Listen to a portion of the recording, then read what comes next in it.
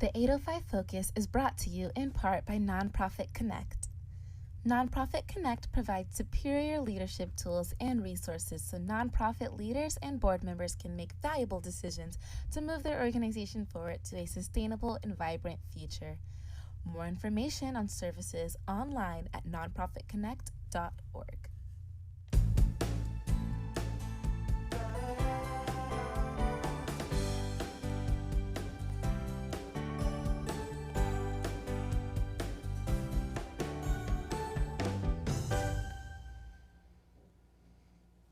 Welcome to 805 Focus. I'm Dr. Cinder Sinclair with Nonprofit Connect, and we will be bringing you the latest on your favorite nonprofits, so get ready to be inspired. Our special guest today is Dr. Ann Peterson, and Ann is the Executive Director of the Santa Barbara Trust for Historic Preservation. Welcome, Ann. Thank you. It's a pleasure to be here. Gosh, I'm so glad to hear your story. I know you're doing some fascinating things there. And so maybe you'd like to tell us about what you're up to these days. Sure. Well, for those of the audience out there that doesn't know, the Santa Barbara Trust for Historic Preservation, we have several projects, but our flagship project is to operate El Presidio de Santa Barbara State Historic Park for the state of California. Oh, gosh. So this is a park I'm sure many who are listening have been to in the heart of downtown Santa Barbara. Mm-hmm. It includes a reconstructed portion of the Presidio that was founded in 1782 by the Spanish, but also includes over 30 other historic buildings that represent lots of different time periods in our city's history.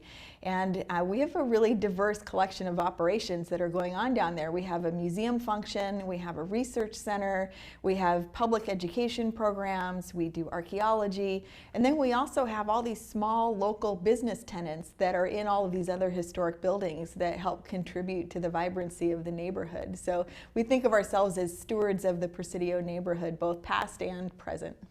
Gosh, and you folks oversee all of that. We do. We also own and operate Casa de la Guerra, which is a historic house museum on Plaza de la Guerra right next to City Hall. We also have a property up in the San Ynez Valley right next to, it's in Solvang and it's adjacent to Mission San Ynez. It's also owned by the state of California, and it includes several acres of agricultural land and 2 historic stone mill buildings from the 19th century where they used to grind grain and full wool for the mission operation. And so we grow olives up there and do an olive oil harvest every year and sell the oil. And so we're involved in several historical activities in the county. Gosh, I bet not many people know that. I think people, depending on where they live, associate us with one project or another. Oh, true. But we do have our hands in several different things. For those people who know the El Paseo Shopping Center, which is on the National Register of Historic Places, we have a conservation easement over that property. So anytime one of the tenants or the owner wants to make a change to that building, they come and work through our committee first to make sure that we preserve the integrity of the original plan for that building. So we're always paying attention to what's going on with preservation in the community and try to be as supportive as possible. Wow, that is quite a work. You've got your fingers in all kinds of fascinating projects. Gosh, and you've been doing this for several years, right? I have. In various different capacities, however, which keeps it interesting for me. So I started at the Trust for Historic Preservation in 1998 when I moved to Santa Barbara to do my doctorate in public history at UCSB. And my first summer, I was hired to work on an exhibition of saddles that was at Casa de la Guerra. Oh, and I had such a wonderful time and enjoyed working with everyone. You know, the Trust is very well networked in the community, and I started to realize, like, this is a really community-centered organization, and being a part of this is a way for me as a newer arrival to get comfortable and get to know everyone. And from there, I just kept coming back on my breaks from school, and I then became sort of a permanent curator. Later, I was associate director, and I oversaw our research center, education programs, and exhibits. And 5 years ago, I became the executive director. So that sort of movement for me was a way to continue to keep learning and growing, and which is what keeps me excited about the field. And I can tell you're so excited. 22 years you've been working with them in different capacities, and you're still I can see your eyes light up just talking about these different projects. Yeah, we have a lot to do. You do. A lot of properties. Yeah, So- we do have a team that just focuses on caring for these historic buildings. I think it's a common assumption that once you restore a historic building, it's safe forever. And in fact, restoration is an ongoing process. These buildings in the park, we've got adobes from the early 19th century, and we've got red brick buildings, wood-sided buildings from the late 19th century, early 20th century. They represent communities that are very diverse. We have Mexican period homes, we have a Chinese restaurant, and we have original adobe fabric from the old fort. And each of these types of buildings degrades in its own unique way, and they all have they're made with very unique materials. We can't just go to Home Depot and sort of replace these components. It requires a lot of study and analysis and often archaeology. And as soon as we finish a project, that timeline starts over again. And so it's ongoing work. Gosh, so you have to have a plan for the future fixing this thing that you just fixed. Yeah, and that's, it's important that we have this research center in our facility. I'm not sure if the community is fully aware that we have this. It's available and accessible to the public. Oh. And we use it. We have a librarian and archivist on staff there. And a lot of local historians come in to look at our map collection and our photograph collection, because an important part of our work is to document how these buildings change over time, including the work that we do to them, so that we have a full record of all of the improvements that have been made and all of the studies and plans that we've done, so that we can revisit those as the work needs to kind of come around again. Wow. And so, do I remember reading that you also have education programs for young people? We do. It's a common kind of trend in our field at historic sites that there's an assumption that if your building is available to the public and you put that open sign out, then people are just going to come on in, and some of them do, but there are also trends historically about who visits museums and historic sites, and they often tend to be of a similar demographic. And so we invest a lot in doing education programs and public access programs that focus on the local community, to make sure that everyone knows that these places belong to the community. They're available and accessible to the community. So we do that through strong partnerships with the local schools. We work with teachers and make sure that we're tying into different curriculum standards. We get a lot of, several thousand in a normal year, third grade students coming to visit the site to study the origins of their community. And then we work with a lot of really diverse partners to try to get different parts of the community into our facilities, maybe who don't have a natural interest in history or archaeology, but they may have an interest in music or gardening and or food, all of these other activities that our property supports. Gosh, and so you're really instilling in these young people that curiosity about the past. That's right, and I think we have the opportunity at a historic site to focus on really hands-on learning as well. So we have, we've had students making adobe bricks. We've had students actually excavating a mock trench like an archaeologist and learning about what archaeologists do. We've done some programs with our library, so because we have a lot of trained professionals on our staff from all of those fields, education, archaeology, history, library science. It's a real opportunity for the students to get to join us for a day and learn about the possible career paths for them. In addition to touching and feeling, we have a very tactile site, and unlike some museums, we have a lot of things that aren't so precious that they can't be handled by the community, and so we kind of welcome that input. Gosh, wow. So now I know that you and your organization and your board have been really involved with DEI, diversity, equity, inclusion, and justice, and that's been quite a big project. Maybe you could tell us about that. Sure. This project really started with our strategic plan that we created in 2019. And for our organization, that was our first ever strategic plan. So So I'm slightly embarrassed Really? to tell you that Cinder is an expert in the field of nonprofits, but for us it was a huge milestone. We got the strategic plan, and we had been observing some trends with our site in terms of diminishing audience participation at some of our programs, and we had been doing a lot of programs because we'd always done them, right? But Sure. when we did the strategic planning process, we really went back. We did a lot of community focus groups to help get input on So smart. what they wanted us to do. And we also reflected on why we were doing certain things and what were our actual goals. And we came up with several value statements and several goals in the plan. And one of the most important goals was that we wanted to be responsive to the community and what it needed. And we wanted to have the broadest number of stakeholders that we could possibly have. And so, we started fleshing out, well, what are the steps we need to take to get there? And a whole world of possibilities opened up. So we actually put into our strategic plan that we were going to do a diversity, equity, and inclusion plan. And that was in a strategic plan, it was a strategic choice that we were going to make a financial and staff resource commitment to doing the work to find out how we were going to achieve this goal of DEI. And so that started us on a long journey, and it's going to be a journey that outdates my time with the trust. And I think that's the best possible outcome, is that an organization like ours is constantly reflecting too, on the history of museums and some historic sites, and what have been in the past exclusionary messages about who belongs in museums, Sure. whose stories are shared, what do they mean symbolically within a community. And so doing that kind of analysis and constant self-reflecting helps us break down some of those assumptions and see what else we can be. So we hired wonderful consultants, Jared Schwartz and Judy Guillermo Newton, who came in and worked with our board and our staff, and we did 9 months of training on implicit bias and DEI.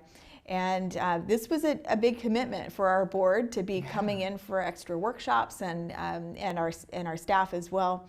And it took a long time, and it was vital because what that training did was give us a common language for how we talk about what those terms mean, and then reflecting on how they apply to our organization at every level, right? So the staff has a different responsibility than the board, and DEI affects them in a different way. Also, we thought about it internally as a board and a staff, but also externally, who's our audience, and how do these words and meanings apply to our audience and the community. So we were able to then go into a drafting process, and we wrote a 3-year plan for DEI. And when we got that approved, we put it on our website, and we promoted it through our blog. And this was another important milestone. It may seem like an obvious thing, but it would be very easy to create a plan and then never show it to anyone. And we're saying we're going to do this, right? But everyone should trust us. But it was part of the values that we've adopted to be transparent about the work that we're doing, and to have the community help hold us accountable. And so we put this DEI plan on our website, and I had the great opportunity to speak at a few conferences about it. As a work in progress, here's an institution that is trying very hard to evolve. So, we've made, it's a challenging time for all nonprofits, but we've made some significant steps. I'm proud to announce that just last week we launched our all Spanish website. So there are a lot of choices. Thank you. There are a lot of choices when you create a dual language site, and one choice is to create a summary page in a second language. And we decided to do the full translation, and so we're going to maintain that. It's now an extra expense line in our budget that we're going to keep up with this translation. But the DEI framework really helped us understand the community better. If 40%, according to the recent census, of people in Santa Barbara County are speaking a language other than English at home, and most of that is Spanish, then we're not talking to a huge percentage of the community. So that's one step, and we're also now launching a new evaluation program. Evaluation of our programs has been a learning curve for us. And we've been experimenting with community focus groups, so that's sort of that front end evaluation of let's talk to people before we do something and figure out if it's what they expect, what they're looking for, what they need. And then that back end evaluation of did we accomplish what we told everybody we said we were going to do. So we're taking this one seriously too, and we're going to do another 9 months of training with a consultant. Through that process, we're going to pilot evaluation techniques for public programs, our visitor experience, and school programs, and hopefully get it sort of baked in. And that way we're really, I think, listening to people and making sure that we're doing what we promised and that we're being responsive to as conditions change in the community. Wow. I congratulate you on your leadership and your curiosity and your willingness to open your arms and bring others in and ask them important questions and listen to what they're saying. You are quite unusual. A lot of leaders, like you say, they just get in and do it and that's done. But you keep asking the questions, and then how do we do? We did, okay, now what do you want us to do next? That's wonderful. That is just great. Oh, well, thank you. I'm always learning how to do this. And I think a critical component of it is learning to be vulnerable. There's that Brené Brown quote about vulnerability and making sure that even if you're fearful or you're feeling scared to get the answers, that's not a good reason to not ask. And so, because your work is going to get better, even if you're hearing sort of difficult things in response. You haven't, community members could say, you haven't asked me before, you haven't talked to me, I don't feel welcome at your site, I don't feel like I can bring my whole family, there's no bench for me to sit on. All of these things are hard to hear, they're criticisms, but I think, good leadership means you're brave and you accept those comments with an open heart, because the goal is to try to be of better service. Yeah, and you are brave. So you are setting quite a standard. Are there other museums, other organizations similar to yours around the country, or that maybe they're embarking on DEI, or is there anything comparable, or are you just way out there? I have a great group of local colleagues. During the pandemic, the County Museum Directors Association started meeting weekly to share with each other what we were all doing. And I shared with them a lot of our DEI work as we were going through it. And one great outcome of that cohort is that we all collectively joined the Museums for All program. So this is a national program that provides, members provide low cost or free admission to anyone who is on sort of a food assistance program. So in California, that's CalFresh. And it's a way to become more equitable with your audience. So whatever that admission fee is turns into $1 to $3 or free if you show your CalFresh card.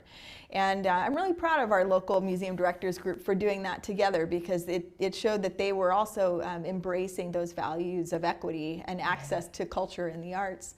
But this is a trend that's happening nationally as well. We're members of the International Coalition of Sites of Conscience, and this is a global network of historic sites that have made a commitment to using their venues as places of memory that can lead to social justice. And recently we were part of a cohort of 10 historic sites around the country that included the House of the Seven Gables, for example, and Filoli up in the Bay Area, who were all taking on projects to help their community recover from the pandemic. And those DEI values are at the heart of what the Sites of Conscience does, and that's why we're members. And so, yes, we participate in these conversations locally, nationally, and globally. Gosh. Well, and I know that you are a 501c3 nonprofit, and so I'll bet someone can go on your website and hit the Donate Now button. That's right. We do have a Donate Now button, and we love to have community support. Having those individual gifts is so meaningful. It shows it's a way for us to demonstrate to everyone that we matter and we're relevant in the community, and so we would appreciate your support. But I also encourage everyone in the community to just come down to the Presidio neighborhood. Please have lunch at one of the local businesses. Pop into the museum if you haven't been there in a while, and just take a walk. There's so much to see, and just know that by supporting anything that's happening within that state park, you're not just supporting us, but you're supporting our diverse tenants of restaurants and small retail businesses, and even a private middle school. We've got a lot going on down there. Gosh, Ann, thank you so much for all that amazing work that you and your organization are doing in our very community. Yeah, Thank you, and the Cinder. example you're setting for others. Thank you for that. Oh, thanks. It was fun to chat with you. And thanks for coming on our show. And thank you for joining us on 805 Focus, and we'll see you next time.